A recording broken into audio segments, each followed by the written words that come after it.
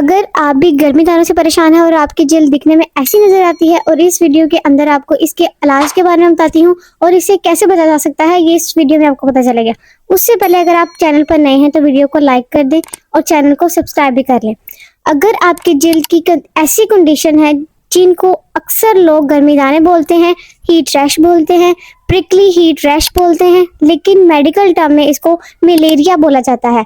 अब बेसिकली होता क्या है कि गर्मियों के अंदर जब ज़्यादा टेम्परेचर होता है तो हमारे जो जिस्म के अंदर स्वेट ग्लैंड्स होते हैं जो कि पसीना बनाते हैं, उनमें से जो कुछ स्वेट ग्लैंड्स के जो डक्ट्स होते हैं वो ब्लॉक हो जाते हैं। उसी वजह से ब्लॉकेज के बाद आपकी जिल्द के ऊपर दाने बनना शुरू हो जाते हैं जो कि दिखने में सुर्ख नजर आते हैं। उनके ऊपर बहुत ज़्यादा खारिश महसूस होती है, चुभन महसूस होती है और अक्सर लोगों को दाने जो हैं वो बढ़ते जाते हैं और बहुत ज़्यादा खारिश कर कर के जख्म भी बन जाते हैं। अब ये जो दाने बनते हैं अमूमन बच्चों के अंदर, न्यूबॉर्न बेबीज के अंदर ज़्यादा बनते हैं, बड़ों के अंदर भी बन सकते हैं और जिस्म के किसी भी हिस्से में बन सकते हैं। इम्पोर्टेंट बात यह है कि ये कंटेजियस नहीं होते, यानी कि एक बंदे से ये जो रैश हैं दूसरे को ट्रांसफ़र नहीं हो सकते। इससे बचने का जो तरीकाकार ये है कि जब गर्मियाँ हों तो कोशिश करें कि जो आपके कपड़े हों वो कॉटन के हों, ज़्यादा टाइट कपड़े मत पहने। आपकी जो बेड शीट्स हों वो भी कॉटन की हों और बहुत ज़्यादा बेड शीट्स हैवी ना हो, लाइट वेट बेड शीट्स का इस्तेमाल करें।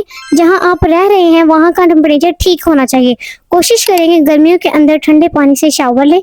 उसके अलावा जिस एरिया पर रैश हो जाता है, खारिश हो रही है, तो एक कपड़ा लें, उसको गीला कर लें और उस जगह के ऊपर जहां रैश है वहां पे कुछ मिनट्स के अंदर 10-15 मिनट के लिए रख दें।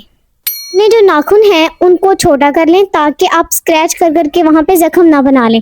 अगर ये सारी चीज़ें करने के बाद भी आपके रैशेस बेहतर नहीं हो रहे तो आप किसी भी फार्मेसी पे जाके फार्मासिस्ट से कंसल्ट करके, कुछ ऐसी मेडिसिन अवेलेबल होती हैं जिनके लिए किसी डॉक्टर के प्रिस्क्रिप्शन की ज़रूरत नहीं होती, जिसमें आ जाता है कैलाविन लोशन है जो कि खारिश को कम करता है। इसके अलावा एंटी हिस्टामीन्स आ जाती हैं और बाज़-औक़ात इसके लिए जो स्टीरॉइड्स की टॉपिकल यानी जिल्द के ऊपर लगाने वाली क्रीम भी दी जा सकती हैं। लेकिन ये सारी चीज़ें इस्तेमाल करने से पहले देख लें कि जो आपने दवाई ले रहे हैं आपके लिए, आपकी एज के लिए, आपकी मेडिकल कंडीशन के मुताबिक सूटेबल है या नहीं है। अब बेसिकली हीट रैश को मैनेज करना बहुत ही ज़्यादा आसान है। अगर आप इन सारी तजवीज़ पर अमल करते हैं तो आप इसका इलाज भी कर सकते हैं और इससे बच भी सकते हैं। अगर आपको कोई भी ऐसा रैश हो और आप उसके बारे में श्योर ना हो तो ज़रूर अपने करीबी डॉक्टर से मशवरा करें। बच्चों के मामले में तो फ़ौरन इसके बारे में ओपिनियन लेना चाहिए अगर आपको थोड़ा सा भी शक है। और अगर आपको ये वीडियो अच्छी लगी है तो ज़रूर इसे लोगों के साथ शेयर करें और मेरे चैनल को सब्सक्राइब करें और वीडियो को लाइक कर दें। शुक्रिया।